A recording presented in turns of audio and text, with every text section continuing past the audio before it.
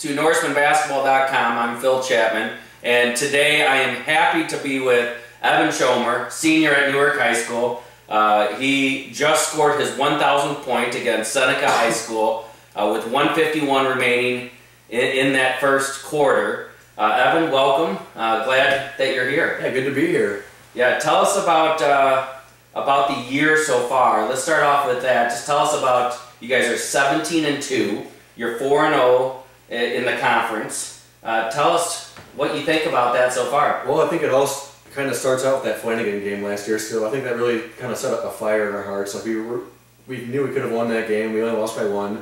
So we know now what we were all capable of doing. And with Jack going out and we were all able to play so well without now to have him back, we know that we're capable of being a really good team. We got some great players, and we worked real hard in the off season. So we got off. We could have, I think, beat Rockford Jefferson that first game. It's kind of unfortunate we weren't able to, but we quickly got out after it, and we were able to win some more games, and we got on a roll there. We ended up playing pretty good in the Classic. We lost to LaSalle Peru, obviously, who ended up winning it all. And I think we're playing really good basketball right now. We got a really good thing going. We're all really good friends with each other. We all get along great, and I think we have a really special thing going on right now. Yeah, that's definitely a huge advantage that you guys are doing stuff together. You're working out together in the summer. You're playing basketball together in the summer.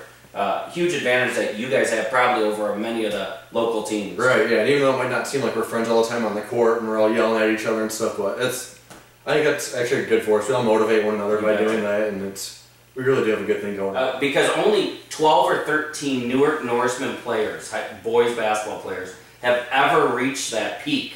Have you, did you ever think you'd get there?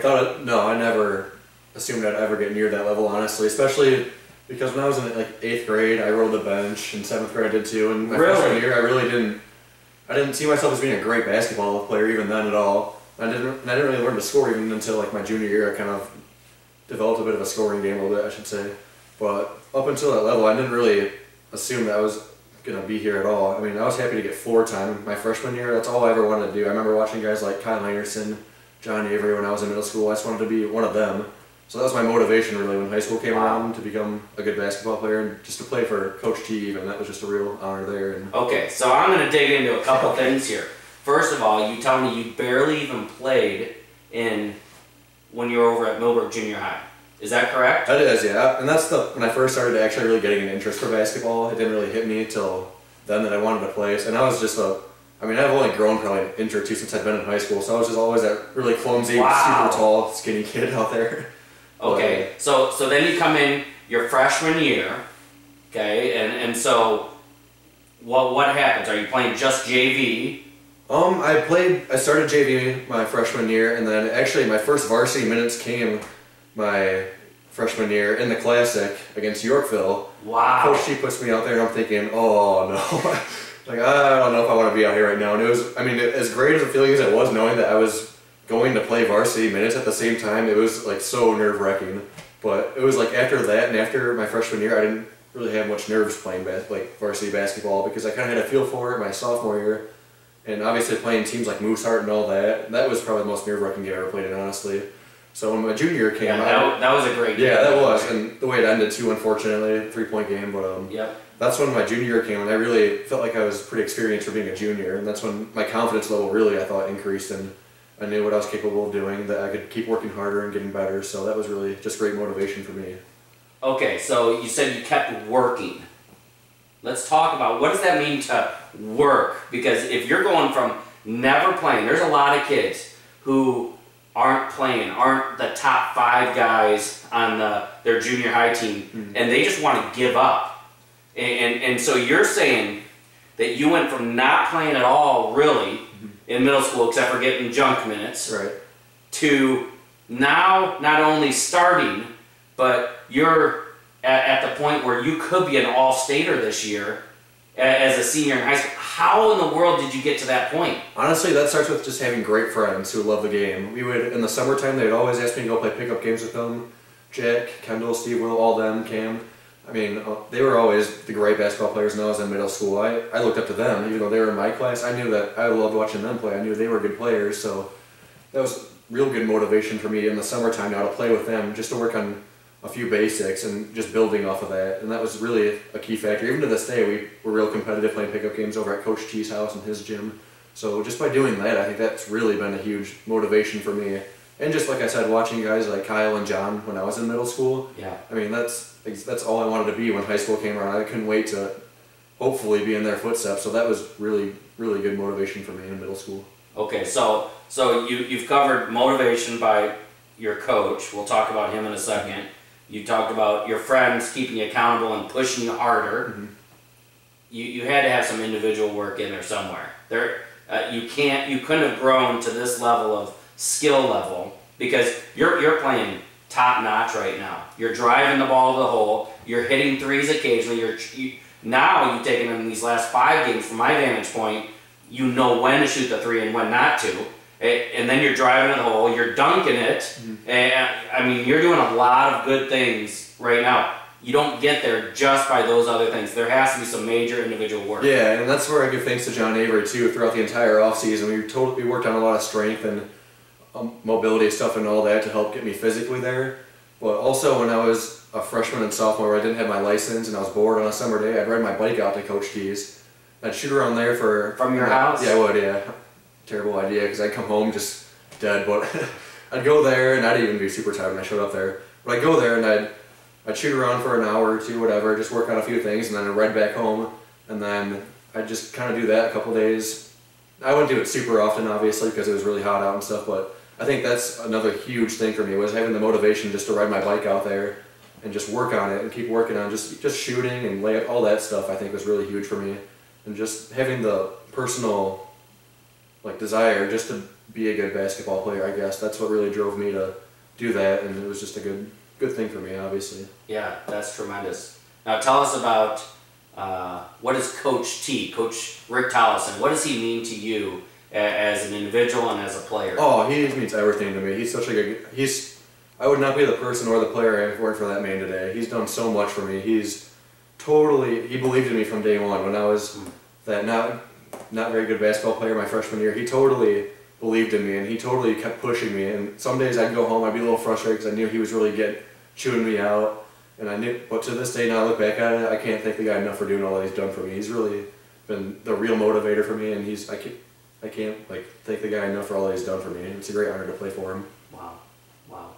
Well, we're going to take a look at your 1,000th point, and then I'm going to have you, as we're watching that, walk us through what you were thinking. We'll go to that, okay? Man, you guys were really clicking this game. We were, yeah. All right, so here's the miss. Dylan's bringing it up. Tell us what you're thinking right now. Oh, I'm just trying to run the break. We're moving the ball around real well, and then I got a little opening right there. Put it up. I was pretty disappointed in myself for one. I missed the layup, and then I was fortunate the bounce was able to come my way, put it back up and in, and that was when I kind of knew in the back of my head I got my 1,000 points. Okay, so you did know that you got 1,000 at that point. I did. People kept reminding me of it. It was always in the back of my head, I guess, but I mean, obviously the game comes first, and just however it came was how it came. Yeah, exactly. So you said something that Jack said. We interviewed Jack a couple games ago, that the whole focus is about winning ball games. It is, yeah. Tell me about that. Tell me about that whole philosophy. It starts with just working hard in the game, because we know that there's going to be games we're not going to necessarily shoot well. We're not going to be, putting the ball through the hole as much as we want, and that's where just hustle and playing as hard as we possibly can comes into play. And we've proved that in the past. There's been games where we haven't been necessarily shooting good. Right. Well, by playing hard, that really makes up for it. We're able to get offensive rebounds, which lead to easy layups. We're able to play tough D, get rebounds. So I think that's really our key to winning, is just playing hard simply. Yeah. Now tell me about mom and dad. I believe your grandparents. Oh, yeah. I mean, they come to just about every single thing you do. Uh-huh. Tell us how that makes you feel. It's great to have family support. My grandpa, this high school basketball means everything to that guy. He'll call me after every game, tell me, oh, you play great and all that. He's like, I can't wait to watch you guys play. And he's always telling my teammates, thank you. And by that, he's just happy to be there. The guy loves basketball. He loves being there. So it's just a really great honor to have that in my family, to have him care so much and be very supportive of me. That's just a great thing.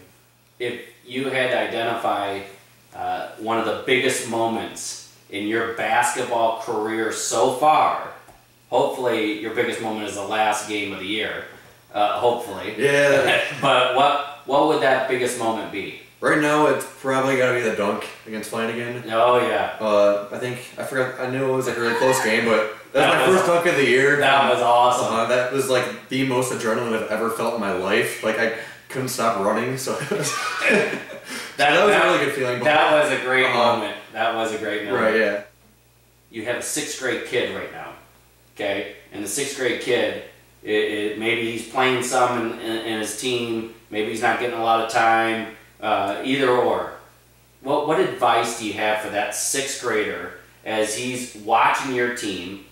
What advice do you have for him as he's growing up? Me being in that position, I would say just keep every day, just for a few hours a day, just shoot and just work on anything you possibly can, whether it's in your driveway, you can probably go to Coach T's gym. I mean, just somehow, if you can get a ball in your hands and hoop, just constantly keep shooting, keep working on just basic fundamentals at that point. When you're a 6th grader, you don't necessarily need to do any complex stuff. If you can just work on the fundamentals and build off that, you'll have a bright future ahead of you. Because we know that, just as you were saying, you were watching Kyle. When I was a young man, I was watching Larry Hilt and Larry Ness and David Olson and Matt Meyer. I was watching all those guys, and I wanted to replicate Matt Thorson. I wanted to replicate what they were doing, and that's what made me into it. And that's the same thing you're doing. I know exactly how you feel for the next generation. There's kids right now, like you said, that are feeling that same way, especially with how we've been playing lately, looking up to us and stuff. So that's really important, just to set that good example and help keep those kids confident, even that they can be in that position within the next few years. Anything else you want to tell our Norseman basketball fans? Oh, they're the best fans out there. I mean, they're super into it, obviously real entertaining, and it's pretty funny when there's just the slightest controversial call that doesn't go our way, the crowd gets fired up into it, and they're just really entertaining. You couldn't ask for better fans. You really couldn't. You go to the Plano Christmas Classic. I was going to say that, yeah.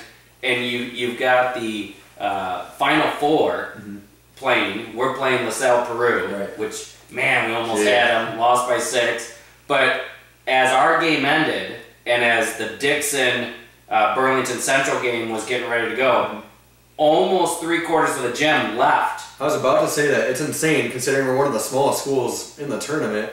For us to have the huge fan base there we do is just incredible. It's awesome. That's just an amazing point you just had too. Yeah, 3/4 of the gym being filled up by all Newark fans. It's insane. Yeah. It just shows how dedicated the whole community is to basketball and what this means to them. So that's another thing. We want to not only win for ourselves and our coach and everything, but for the community. I mean, this means a lot to them. So we just want to do a great thing. Yeah. Well, we appreciate you. Congratulations on 1,000 points. Thank you. That's awesome. So thank you so much. Thank you.